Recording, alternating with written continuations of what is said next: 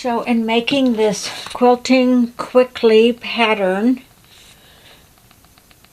and the fabrics, I believe, is called the Pocket Full of Posies.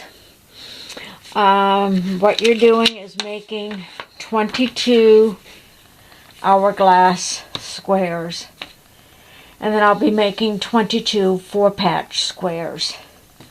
So I've got my 11 light and darks cut into half square triangles, because that's what you do. Making 4 half square triangles out of each block.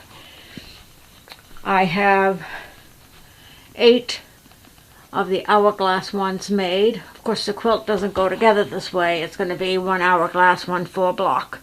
So it's going to be alternating. And I first put them together as the same 2 darks and the same 2 lights, and then looked at the pattern and said, oh, it's supposed to be 4 different ones. So basically what I did is I had laid out 4 to 6 blocks, and then I just switched up a dark and I switched up a light, and now I have different blocks. So I see another one I want to switch up here, and I can switch that up with one of the ones over here. So I've been sewing them together, and again, they go up pretty quickly. So I should have these done today. And then the light and the darks for the 4 patch. These are lights. I didn't have quite as many, certainly not enough of the white background, so I've had to use some of these other lavender ones as a light. In fact, one of these is used as both a light and a dark. And there's 10 of these and 10 of these. So those will be the 4 patch. And I'll cut and sew those once I get the hourglass ones done. So I do have all 22, but I think the instructions were wrong, and there should have been 21, because I don't know how I'm going to rectify this. I've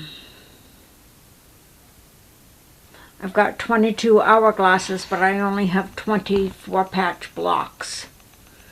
So I'm not quite sure how this is going to work out.